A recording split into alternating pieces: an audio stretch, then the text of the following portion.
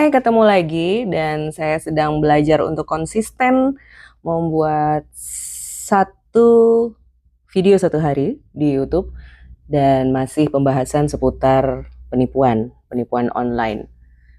Kadang kalau ada yang nanya, ngapain sih Kares kok segitunya amat gitu ya? Sebenarnya saya lebih aktif di platform yang lain, platform media sosial yang lain. Cuman saya mencoba untuk kenapa enggak gitu. Saya juga main di YouTube gitu karena kebetulan subscribernya juga sudah lumayan gitu.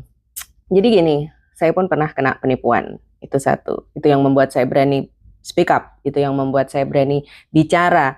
Dan puji Tuhan memang mungkin Tuhan pakai di situ sehingga banyak teman-teman yang percaya untuk bercerita ke saya melalui DM di platform yang lain. Ya, saya tidak perlu sebutkan. Mungkin kalau teman-teman tahu, oh iya ini Kak Res yang biasa di platform ini nih.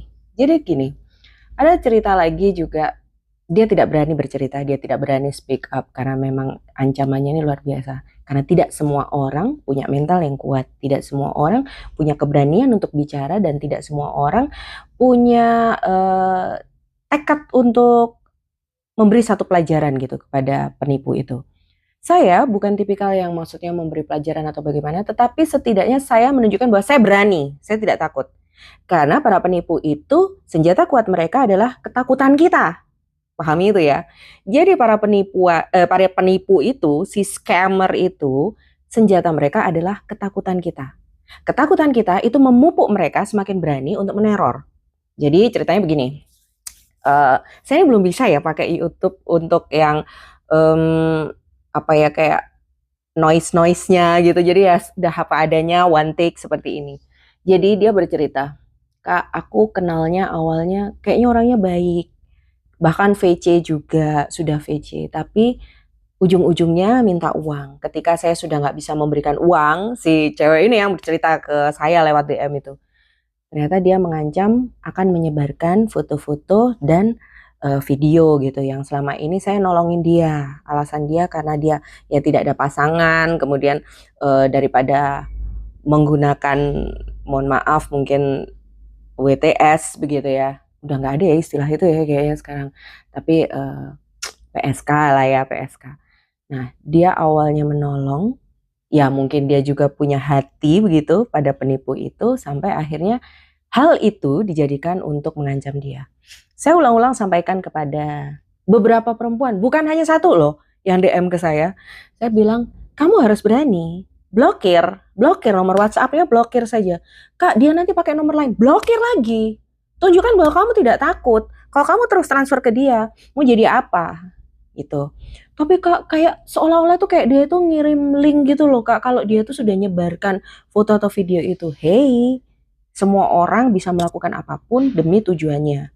Kalau tujuannya dia uang, ya itu yang akan dia kejar terus dari dirimu. Lalu saya mulai, bukan bimbing ya, lebih ke kalau dia DM ya saya balas gitu. Sudah blokir. Setiap kali ada nomor baru blokir. Kalau orang bertanya, pengalaman karya seperti apa? Saya ditipu bukan secara online. Saya ditipu oleh teman yang saya kenal sebelumnya dan lama lost contact. Dia mengaku duda begitu. Padahal ternyata dia punya pernikahan pada tahun yang dia tidak ceritakan ke saya. Memang dia menunjukkan surat cerai dengan istri yang saya kenal saat itu, tahun 2000 berapa ya? 2013 saya kenalnya. Dia menunjukkan bahwa dia sudah bercerai pada 2016. Tetapi dia tidak bercerita bahwa 2018 itu dia ada pernikahan. Jadi ini buat para cewek-cewek nih ya, kritis itu harus minta nomor KTP-nya. Cek ke Dispenduk Capil. Mungkin Dispenduk tidak akan tidak memperbolehkan kita untuk men-screenshot atau memotret karena itu adalah dokumen negara. Tetapi Dispenduk akan memberitahukan informasi bahwa atas nama nomor NIK tersebut sudah menikah, ada kakaknya, menikah secara resmi, punya anak dan sebagainya. Itu harus dicek ya. Karena dalam penipuan online, para penipu-penipu itu bisa menjadi siapapun seturut dengan apapun yang jadi tujuan mereka. Jadi yang selalu saya tekankan adalah jangan takut, karena takut itu adalah senjata mereka. Tunjukkan bahwa kamu berani. Saya memang sampai buang uang 2 digit untuk mensomasi teman lama saya yang menipu saya itu tadi. Karena bukan untuk membalas dendam atau benar-benar serius memasukkan dia ke penjara. Saya masih berpikir tentang istri dan anak-anaknya. Anaknya masih kecil-kecil. Saya masih berpikir tentang itu. Tetapi setidaknya saya tunjukkan kepada dia bahwa saya berani, saya tidak takut, saya punya Tuhan. Apapun yang kamu lakukan, kalau Tuhan sudah berkehendak bahwa saya benar, saya tidak mau mengganggu rumah tangga orang gitu ya. Tuhan pasti ada di pihak saya. Jadi itu tadi untuk teman-teman yang menjadi korban para scammer, jangan takut. Selalu Kak Res sampaikan bahwa jangan takut. Tunjukkan bahwa kamu berani. Jadi kalau diskusi saya dengan teman-teman petugas dari kepolisian, karena di platform itu, di media sosial itu saya cukup ramai gitu, konten-konten speak up saya, akhirnya beberapa teman dari kepolisian juga DM saya, Kak begini, kita banyak sharing, banyak tukar pikiran dan diskusi begitu ya. Ditekankan adalah tolong melapor, berani untuk melapor. Karena dengan kamu melapor, kamu stay dimanapun ya, itu ke Polrestabes setempat atau Polres ya, itu kalian memberi pelajaran dan kalian menolong orang lain yang belum tertipu. Jadi di lokasi tersebut, di daerah tersebut, polisi, rekan-rekan kita di kepolisian jadi tahu bahwa ada penipuan di situ dan ada warganya yang kena korban. Jadi melapor itu harus. Kak, aku malu, Kak, aku sebenarnya begini. Ya, gak apa-apa, kita bangun keberanian kita, tetapi satu hal, jangan takut, itu penting. Oke, kamu tidak berani, masih belum berani untuk melapor, tapi setidaknya kamu tidak takut, tidak terus-menerus ada dalam rongrongan dan ancaman-ancaman si penipu itu. Jangan turuti masalah uang. Hati-hati ya, ada begitu banyak versi penipuan-penipuan yang ada di media sosial, di dunia digitalisasi yang luar biasa ini. Kak Res mulai coba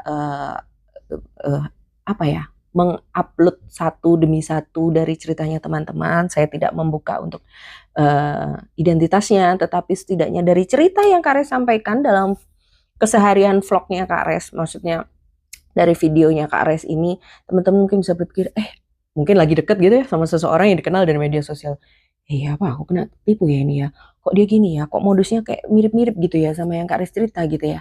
Jadi setidaknya apa yang Kak Res sampaikan semoga tidak menjadi sampah yang membuang-buang kuota kalian dalam menonton YouTube ini, tetapi ada satu masukan, ada satu referensi, oh iya begini, atau setidaknya ada teman kalian yang sedang bucin dengan seseorang yang dia kenal di media sosial tanpa ketemu. Karena ingat, sebagai perempuan ya, ini untuk para perempuan kali ini. Laki-laki tidak akan benar-benar cinta kalau dia belum ketemu. Dan laki-laki kalau mencintai itu pakai effort. Kalau dia nggak pakai effort, dia nggak pernah datengin dan dia malah minta transferan ke kamu, itu bukan cinta. Oke, yang cerdas, bijak dalam bermedia sosial. Tuhan memberkati.